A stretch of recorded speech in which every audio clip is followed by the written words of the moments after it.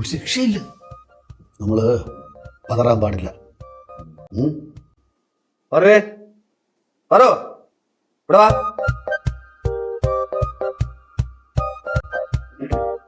എന്താ കൂടി കഴിച്ചാ? അതെന്റെ കാര്യമല്ല അച്ഛൻ, ഞാൻ നോക്കിക്കോളാം. അച്ഛൻ ചോദിക്കാനുള്ള മറുപടി അല്ലല്ലോ നീ പറഞ്ഞത്. കുട്ടാന്റെ അടുത്തൊന്നും ചോദിച്ചില്ലല്ലോ.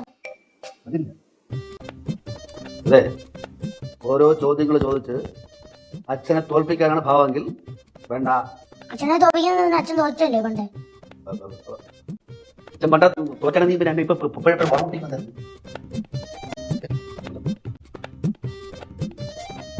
സംസാരിക്കാൻ പറ്റാതാവുമ്പോ ചിലർക്ക് ദേഷ്യം വരും.